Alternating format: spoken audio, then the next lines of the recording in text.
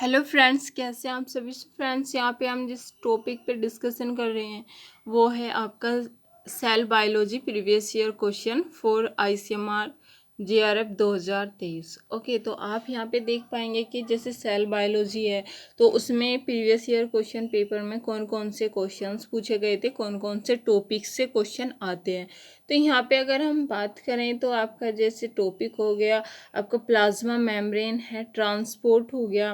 Okay, तो transport plasma membrane ये काफ़ी इम्पोर्टेंट टॉपिक है। Plasma membrane structure, function, structure of model membrane, ठीक है। तो इस तरह से होते हैं, जैसे आपका डिफ्यूजन हो गया, ओस्मोसिस है, ion channel, active transport, ion pump, ये सब इम्पोर्टेंट होते हैं इसमें। एंड इसके बाद आपका जैसे होता है सेल ऑर्गेनल्स, ठीक है। तो सेल ऑर्गेनल्स में आपका जैसे lysosome, Golgi body, cytoskeleton and endoplasmic reticulum, peroxisome, lipids, okay, chloroplast, तो ये आपको देखने चाहिए। सेल ऑर्गेनल्स हो गया। इसके बाद आता है आपका सेल साइकिल, ठीक है। तो cell cycle meiosis, mitosis, cell division and cell cycle से आपका काफ़ी क्वेश्चंस यहाँ से आते हैं। फिर नेक्स्ट है आपका जैसे gene and genome organisation, chromosome organisation, ठीक है। तो आपको ये टॉपिक सेल बायोलॉजी में आईसीएमआर के लिए तैयार करने हैं, ठीक है। तो आपको इनका रिवीजन, प्रैक्टिस ये सब करने हैं, ठीक है। इसके अलावा जैसे आईसीएमआर में जो 2022 का लास्ट ईयर पेपर हुआ था उसमें 7 क्वेश्चन आपके सेल बायो से आए हुए थे, ठीक है।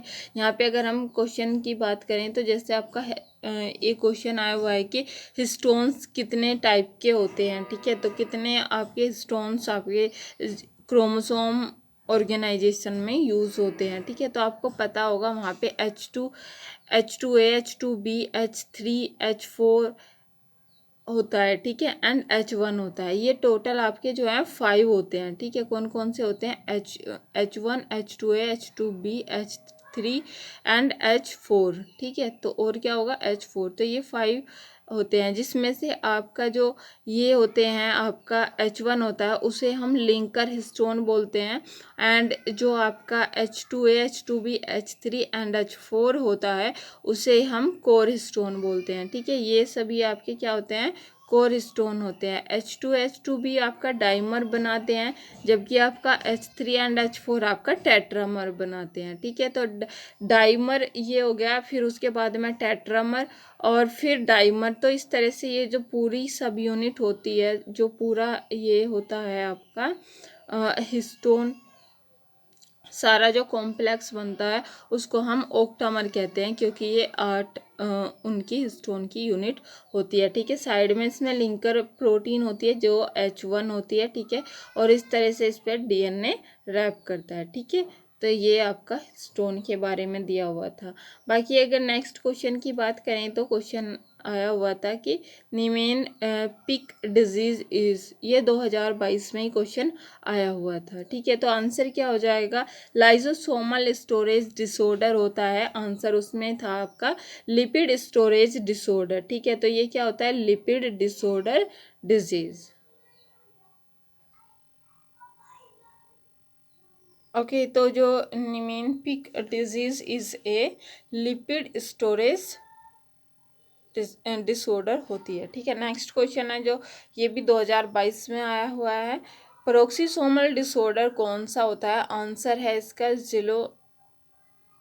ज़ेगर सिंड्रोम, ठीक है। ड्यू टू माइट म्यूटेशन, ठीक है, due to mutation in peroxisome में म्यूटेशन होने की वजह से ये जेलवर वेगर सिंड्रोम होता है, ठीक है। इसके अलावा एक सिंड्रोम और होता है रिफ्सम सिंड्रोम डिजीज़, ठीक है। तो रिप्सम डिजीज़ भी आप याद रख सकते हैं। ओके, नेक्स्ट अगर हम यहाँ पे बात करें कि नेक्स्ट क्वेश्चन क्या पूछा गया था कि kinetoplast is made up of copies of ये आपका माइटोकॉन्ड्रियल डीएनए इसका राइट आंसर है। ना आपका आरएनए, नो प्रोटीन नहीं, ना ही फैट होगा, माइटोकॉन्ड्रियल डीएनए होगा। ठीक है, काइनेटोप्लास्ट आरएनए एडिटिंग में यूज़ होता है। ओके, 2022 में आया था। नेक्स्ट क्वेश्चन है स्टैटिन्स। ठीक है, statins use for lowering blood cholesterol level. Okay, तो ये कोलेस्ट्रॉल लेवल को लोअरिंग करने के लिए होता है। आर एक्सट्रैक्टेड फ्रॉम, तो ये आंसर क्या हो जाएगा, किससे एक्सट्रैक्टेड फ्रॉम, बैक्टीरिया होता है। स्टेटिन किससे होता है, बैक्टीरिया से होता है। अगर यहाँ पे हम नोट की बात करें जो आपको ध्यान रखना चाहिए, जैसे lovastatin, simvastatin and initially isolated from filamentous fungi. जब इनिशियली हम इसको आइसोलेट कर रहे थे वो फिलामेंटस फंजाई से कर रहे थे, कॉल्ड एस्परजिलस। ठीक है, लेकिन अभी क्या है कि इसको हम किससे एक्सट्रैक्ट फ्रॉम बैक्टीरिया। ठीक है, स्टेटिन को किससे एक्सट्रैक्ट कर रहे हैं, बैक्टीरिया से करते हैं। ठीक है, नेक्स्ट क्वेश्चन है जो 2021 में आया था। ठीक है, तो ये अब सारे क्वेश्चन 2022 में आए हुए थे। अभी 2021 में क्वेश्चन आया था, what is the function of chaperone. Chaperone का क्या फंक्शन होता है, आपको पता होगा, प्रोटीन फोल्डिंग में होता है। एंड अगर इसके एग्जांपल की बात करें तो वो HSP 70 हो गया जैसे, एंड BIP, ये इसका राइट आंसर होगा। ठीक है, तो वहाँ पे आंसर में आपका प्रोटीन फोल्डिंग दिया हुआ था, लेकिन आपको इसके एग्जाम्पल के बारे में भी पता होना चाहिए। नेक्स्ट क्वेश्चन है आपका 2021 से ही, और इसमें क्या पूछा गया था कि आपका जो fluorescence recovery after photo bleaching. ठीक है, क्या होता है ये, RFAP। ठीक है, RFAP, तो इस RFAP is a technique to study. तो इसमें हम किसकी स्टडी करते हैं, आपको पता होगा, मेम्ब्रेन प्रोटीन की स्टडी यहाँ पे हम इसके थ्रू करते हैं, फ्रैप के द्वारा। ठीक है, नेक्स्ट क्वेश्चन है आपका कि विच ऑफ द फॉलोइंग, जो कि 2022 में आया हुआ है, which of the following mechanism allow complete absorption of glucose from the intestinal lumen into the cytosol. ठीक है,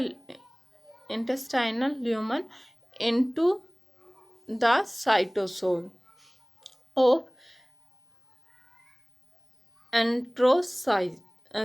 ठीक है, तो यहाँ पे आंसर क्या हो जाएगा, यहाँ पे आंसर हो जाएगा कौन सा ग्लूट यहाँ पे यूज़ होता है, तो यहाँ पे होता है SGLT1 यूज़ होता है। SGLT1 यूज़ होता है सोडियम ग्लूकोज को ट्रांसपोर्टर का हम यूज़ करते हैं। इस तरह से अगर ये दिया होगा आपका, तो यहाँ पे जो इंटेस्टाइनल ये सेल्स होंगी।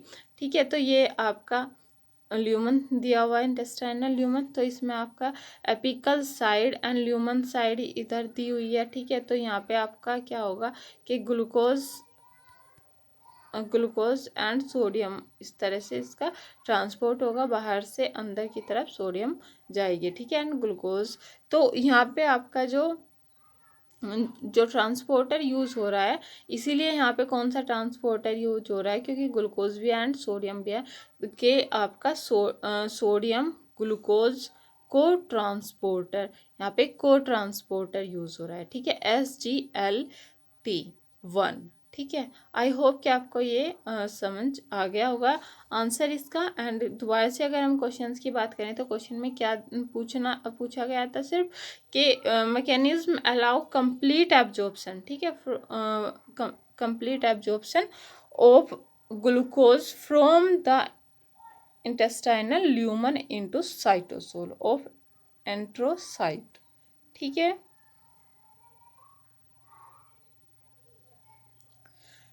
नेक्स्ट है आपका कि द फंक्शन ऑफ सेंट्रोसोम। आपको पता होगा कि सेंट्रोसोम का फंक्शन क्या होता है। सेंट्रोसोम का जो फंक्शन होता है वो होता है आपका फॉर्मेशन ऑफ स्पिंडल फाइबर में। ओके, तो ये आपने देखा होगा कि सेल होती है, सेल में आपका न्यूक्लियस होता है, डबल मेम्ब्रेनल न्यूक्लियस होता है, और उसी के पास में आपका यहाँ पे सेंट्रोसोम पाए जाते हैं 90 डिग्री पे। ठीक है, 90 डिग्री पे आपका ये इस तरह से दो ये होते हैं सेंट्रियोल, इस तरह से प्रेजेंट होते हैं।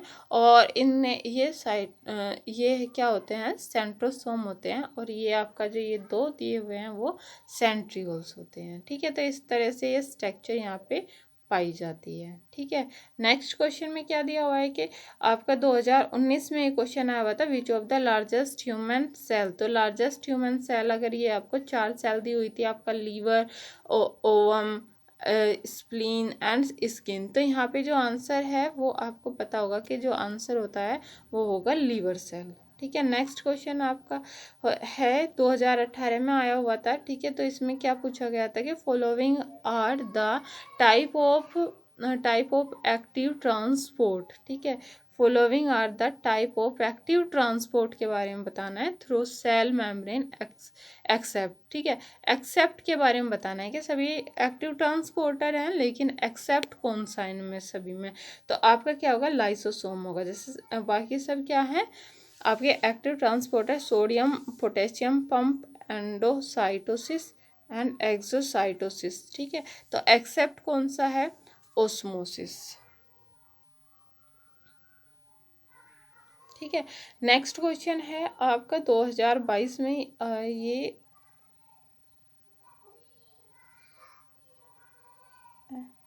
है। ठीक है, ये 2022 में ये क्वेश्चन आपका हो गया है। उसके बाद में आपका 2018 में एक क्वेश्चन है कि organic ion necessary of sodium potassium ATPase. ठीक है, sodium potassium ATPase organic ion की तरह कौन सा आपका आयन होता है। तो आपको पता होगा Mg2+ जो है एक्ट एज कोफैक्टर, और ये आपका सिस्टम में आपका ऑर्गेनिक आयन की तरह होता है। Organic ion necessary in sodium potassium ATPase होता है। ठीक है, नेक्स्ट क्वेश्चन 2018 में पूछा गया था कि water transportation across lipid bilayer of the cell is probably mediated by। ठीक है, तो मेडिएटेड बाय हम किसके थ्रू, वाटर ट्रांसपोर्ट हम किसके थ्रू करते हैं। यहाँ पे पता है आपको क्वेश्चन हम अक्सर सही से समझ नहीं पाते, तो हम आंसर तक भी नहीं पहुँच पाते। ठीक है, अगर हम क्वेश्चन को डिकोड करें, उसको अपनी लैंग्वेज में समझें कि ये पूछ क्या रहा है, और उससे भी बड़ी बात है कि हम हर एक जो वर्ड है उस पर फोकस करें कि क्या है इस क्वेश्चन के अंदर, कौन सा इम्पोर्टेंट कीवर्ड है। तो यहाँ पे फर्स्ट में ही लिखा हुआ है वाटर ट्रांसपोर्ट, तो यहाँ से हमारा क्या निकलेगा कि water transport across lipid bilayer of the cell is probably mediated by. तो आंसर क्या हो जाएगा आपका, एक्वापोरिन हो जाएगा। ठीक है, ओके, तो यहाँ सिलेक्टिवली जो फिल्टर है वो कौन कौन से होते हैं। तो यहाँ पे जो सिलेक्टिवली फिल्टर है एंड एलेनिन, एस्परजीन, प्रोलिन इसमें पाए जाते हैं। ठीक है, तो ये क्या होते हैं, NPA क्या होता है यहाँ पे, NPA। और हम इन NPA को क्या बोल रहे हैं, 2 hydrophobic loop contain conserved asparagine, proline, alanine. ठीक है, NPA motif for selectivity of the channel, वहाँ पे सेलेक्टिविटी की ऑफ चैनल के लिए वहाँ पे ये NPA मोटिव पाया जाता है। ओके, एंड अगर हम यहाँ पे बात करें कि ये किस किस को ट्रांसपोर्ट करता है, वाटर का हमें पता लगा यहाँ पे कि वाटर को करता है एक्वापोरिन ट्रांसपोर्ट। इसके अलावा आपका जो यूरिया है वो हो गया। एंड अगर हम बात करें तो यहाँ पे H2O CNG से हम याद रख सकते हैं, C का मतलब यहाँ पे CO2 है, एंड N का मतलब यहाँ पे NH3 होता है, एंड जो G है CNG ये कोड है, उसको याद रख सकते हैं। CNGG मतलब ग्लाइसरोल होता है। ठीक है, तो यहाँ पे आपका ग्लाइसरोल को ट्रांसपोर्ट ये करता है। ठीक है, तो CO2 NH3 एंड ग्लाइसरोल को ये ट्रांसपोर्ट करता है, ग्लिसरोल को ओके ट्रांसपोर्ट कर रहा है ये। ठीक है, एक्वापोरिन। अब यहाँ पे अगर हम बात करें तो यहाँ पे 6 member spanning alpha helix domain with cytoplasmically oriented amino and carboxyl monomer यहाँ पे होता है, ठीक है, सॉरी कार्बोक्सिल टर्मिनी होता है, ठीक है। तो यहाँ पे क्या है, 6 member spanning alpha helical domain with cytoplasmically, दोनों जो हैं आपका एमिनो एंड कार्बोक्सिल टर्मिनाई कहाँ पे पाए जा रहे हैं, साइटोसोल में ही प्रेजेंट होते हैं। ईच जो मोनोमर होता है function as a independent pore, and जो 2 हाइड्रोफोबिक लूप हैं contain conserved asparagine proline alanine, ठीक है, motif for selectivity of the channel. तो ये वहाँ पे हमें देखने को मिलता है और अक्सर यहाँ से क्वेश्चन आपका देखने को मिलता है। नेक्स्ट क्वेश्चन आपका है 2018 में आया हुआ है ये क्वेश्चन भी, और ये पूछा गया है लाइसोसोम से, और इसमें पूछा गया था कि acid phosphate is a marker, ठीक है, एसिड फोस्फेट किसका मार्कर है, तो लाइसोसोम का। अब यहाँ पे देखो एसिड लाइसोसोम के मार्कर के बारे में पूछ लिया, हो सकता है नेक्स्ट टाइम किसी और मार्कर के बारे में पूछ लें, तो ये भी आपको याद करना है, ठीक है, मार्कर्स आपको याद करने हैं ऑर्गेनल्स के, ठीक है। इसके अलावा यहाँ पे अगर हम स्ट्रक्चर की बात करें तो जैसे आपका लाइसोसोम होता है उसके अंदर आपका पीएच अप्रोक्स 5 होता है, इसमें आपका एच आयन अंदर आने के लिए ये पाया जाता है, ओके ओके। तो यहाँ पे एटीपीएस पाया जाता है, ठीक है। तो यहाँ पे vacuolar proton H ion ATPase in the lysosomal membrane use क्या कर रहा है, use energy of ATP hydrolysis to pump H ion into the lysosome, ठीक है। तो इससे आपका एटीपी से एटीपी प्लस इनऑर्गेनिक फोस्फेट यहाँ पे बनता है, ठीक है। तो इनऑर्गेनिक फोस्फेट, और जब ये होता है प्रोसेस तो तब आपका एच आयन अंदर लाइसोसोम में एंटर कर जाते हैं, ठीक है। इसके अलावा यहाँ पे अगर हम साइटोसोल का पीएच की बात करें तो अंदर जो है लाइसोसोम में वो 5 अप्रोक्स 5 पाया जा रहा है, एंड जो आपका लाइसोसोम साइटोसोल है वहाँ पे आपका पीएच 7.2 पाया जा रहा है, ठीक है। ये सभी यहाँ पे आपको याद रखना है। अगर हम नेक्स्ट क्वेश्चन की बात करें 2018 में आया हुआ था कि cellular organelles with acidic pH, तो आपको अभी बताया कि जो एसिडिक पीएच है वो लाइसोसोम ऑर्गेनल्स का है, ठीक है। नेक्स्ट क्वेश्चन है आपका 2018 में कि many scientist are very interested in studying mitochondrial DNA because it, तो काफ़ी सारे जो साइंटिस्ट हैं वो इंटरेस्टेड होते हैं माइटोकॉन्ड्रियल डीएनए की स्टडी के लिए, तो ऐसा क्यों है, ठीक है। तो ऐसा क्यों होता है, तो उसका आंसर क्या होगा, म्यूटेज रैपिडली, ठीक है। तो वहाँ पे क्या होता है कि म्यूटेशन रैपिडली होता है and allow allow us to study evolution over short time scale, ठीक है। तो हम उसकी जो स्टडी इवोल्यूशन है ओवर शॉर्ट टाइम स्केल, ठीक है। तो ये सब देखने को मिलता है। ओरिजिन ऑफ माइटोकॉन्ड्रिया ये क्या है आपका एंडोस सिम्बायोटिक थ्योरी है, ठीक है। तो ये आपको याद रखना है।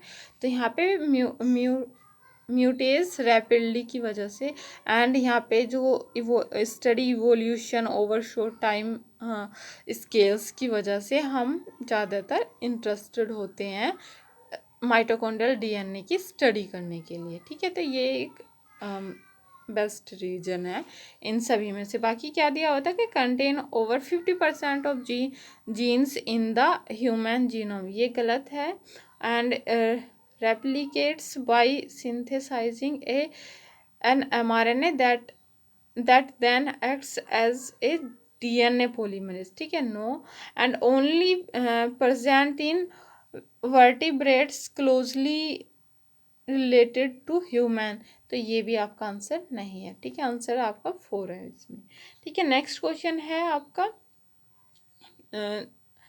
2018 में ही कि आलू जो ALU सीक्वेंस है आर, ठीक है। तो ये बस इतना ही है कि इतना ही पूछा गया था कि वहाँ पे कि ये सीक्वेंस क्या है। ठीक है, तो आपको पता होगा कि आलो सीक्वेंस और रिपीटेटिव डीएनए सीक्वेंस होती है, ये इसका राइट आंसर है। ठीक है, नेक्स्ट है काइनेसिस। साइटोकाइनेसिस आपको पता है साइटोकाइनेसिस क्या होता है? Division of cytoplasm. अगर हम वहीं पे बात करें कि ये तो साइटोप्लाज्म का डिवीजन हो रहा है तो साइटोकाइनेसिस, अगर न्यूक्लियस का डिवीजन हो रहा है तो तब क्या होगा? कैरियोकाइनेसिस, ये याद रखना। ठीक है, नेक्स्ट क्वेश्चन 2018 में कि from prenatal life to puberty the primary oocyte remain in. ठीक है, तो वो आंसर क्या हो जाएगा? प्राइमरी oocyte, एक तरीके से ये इसमें पूछ रहे हैं हम प्री नेटल लाइफ। ठीक है, to puberty the primary oocyte remain in prophase is right answer. तो यहाँ पे इन्होंने पूछा कि द फर्स्ट अरेस्ट oocyte कब हो रहा है, तो आपको पता होगा वो प्रोफेज में होता है। ठीक है, तो प्रोफेज में भी किसकी कौन सी स्टेज होती है, तो अगर वो जानना है तो आपको पता होगा। और ये कब हो रहा है? बिफोर बर्थ होता है। ठीक है, अगर ये जानना है तो आपको पता होगा कि यहाँ पे प्रीमोर्डियल जर्म सेल होती हैं। ठीक है, तो प्रीमोर्डियल जर्म सेल होती हैं और वे एंटर्स गोनेड में एंटर करती है। वहाँ पे इसको हम क्या बोल रहे हैं? ओगोनियम। ठीक है, ओगोनियम से अब क्या होगा? ओगोनियम में माइटोसिस होगा। ठीक है, diploid oogonia divide rapidly by mitosis inside ovum. ठीक है, एक साल से 2 साल यहाँ पे बन गए। ठीक है, अब यहाँ पे जब माइटोसिस हो गया, अब ये माइटोसिस होने के बाद जो सेल है उसको हम आगे बोलते हैं प्राइमरी oocyte। ठीक है, उसको हमने क्या बोला? प्राइमरी oocyte, ये ध्यान रखना। और ये अब एंटर करेगी मियोसिस में। ठीक है, जो प्राइमरी oocyte है वो अब जाके एंटर करेगी मियोसिस में। एंड जो मियोसिस अरेस्ट होगा वो होता है after diplotene of prophase first. ठीक है, तो यहाँ पे प्रोफेज ही पूछा, सॉरी हाँ प्रोफेज पूछा गया था। लेकिन अगर हम प्रोफेज में भी ये देखें कि वहाँ पे होता है जैसे आपका ये होता है, क्योंकि आपने देखा होगा कि जो आपका प्रोफेज फर्स्ट होता है। ठीक है, पहले क्या होता है आपका? मियोसिस। ठीक है, मियोसिस में आपका सबसे पहले होता है आपका प्रोफेज। ठीक है, प्रोफेज 1, प्रोफेज फिर उसके बाद में metaphase, anaphase, okay, and telophase. Prophase, metaphase, anaphase and telophase. ठीक है, प्रोफेज में भी आपकी स्टेज होती हैं, जैसे आपका लैप्टोटीन। अब लैप्टोटीन में क्या होता है? जो लैप्टोटीन होता है आपका उसमें बुकेट स्टेज होती है। ठीक है, एंड वहाँ पे आपका जो लैप्टोटीन है उसमें आपका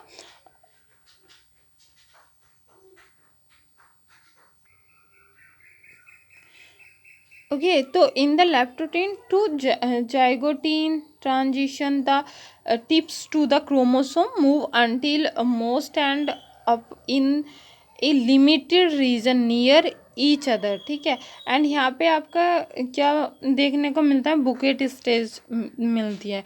and bouquet formation directly facilitate homologous chromosome pairing and synapses. ठीक है, तो उसके बाद में क्या होता है कि आपका जाइगोटीन आता है। जाइगोटीन में आपका सिनेप्टोनोमल कॉम्प्लेक्स देखने को मिलता है। ठीक है, इसमें होता है आपका पेयरिंग होती है। ठीक है, उसके बाद में आपका पैकेटीन में आप देखेंगे कि वहाँ पे आपका क्रॉसिंग ओवर होता है, हॉट स्पॉट होता है, क्रॉसिंग ओवर होता है, ये सब रीजन होता है।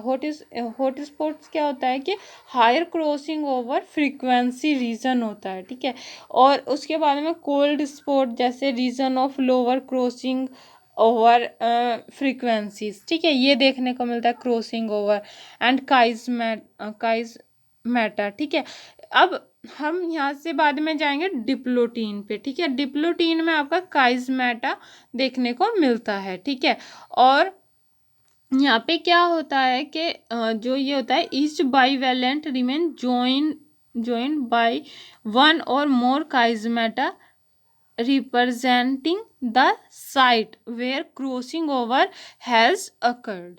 ठीक है, तो ये देखने को मिला। फिर उसके बाद में डाइकाइनेसिस आता है। डाइकाइनेसिस, डिप्लोटीन के बाद में क्या होगा, डाइकाइनेसिस। डाइकाइनेसिस जो है ट्रांजिशन टू मेटाफेज। ठीक है, इस तो यहाँ पे आपका डिप्लोटीन मर्ज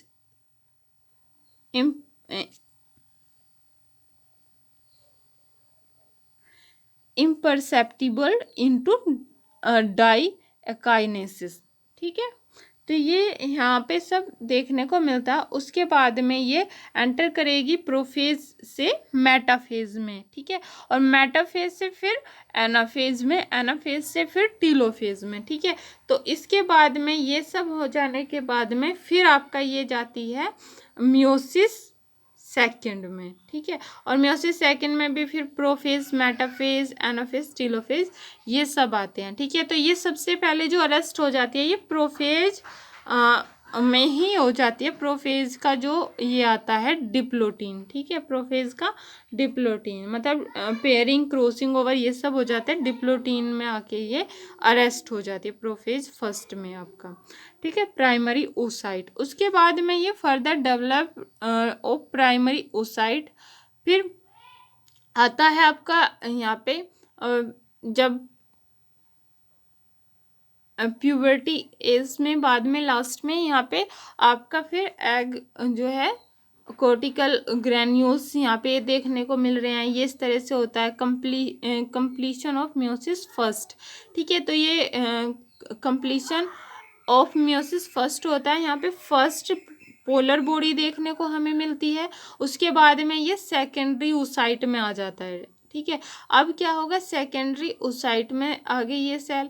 अब यहाँ पे ये जो है थोड़ा वेट करेगी। ठीक है, कंप्लीशन ऑफ मियोसिस सेकेंड। ठीक है, कंप्लीशन ऑफ मियोसिस सेकेंड, और उसके बाद में आपका सेकेंडरी पोलर बॉडी यहाँ पे बनती है और ये वेट करती है स्पर्म का। उसके बाद में जब फर्टिलाइजेशन होता है तब जाके ये आपका मैच्योर एग जो है उसमें जाइगोट में, दोनों का जब क्रॉस ओवर होता है बाद में फिर आपका जाइगोट बनता है। ठीक है, तो इस तरह से ये पूरी प्रोसेस होती है। तो आपको यहाँ पे जो याद रखना है वो याद ये रखना है कि जो आपका प्राइमरी ओसाइट है वो आपका अरेस्ट हो जाता है, मियोसिस अरेस्ट होती है आफ्टर डिप्लोटीन और प्रोफेज फर्स्ट में। ठीक है, फिर सेकेंडरी ओसाइट बनता है। ओके, मियोसिस फर्स्ट के बाद में secondary oocyte. Okay, and completion of meiosis second के बाद में मैच्योर एग बनता है। ठीक है, तो ये सब आपको याद रखना है। ठीक है, नेक्स्ट यहाँ पे अगर हम क्वेश्चंस की बात करें तो ये सभी क्वेश्चंस आपके ICMR में पूछे गए हैं। आई होप कि आपको ये वीडियो हेल्पफुल लगे, एंड अगर हेल्पफुल लगे तो please comment, share and subscribe ज़रूर करें। एंड यहाँ पे आपको जो नेक्स्ट है जैसे मॉलिक्यूलर बायोलॉजी, डेवलपमेंटल बायोलॉजी, इन सब के भी क्वेश्चंस आपको देखने को मिलेंगे प्रीवियस ईयर क्वेश्चन पेपर। ठीक है, तो thank you friends, have a nice day and happy learning.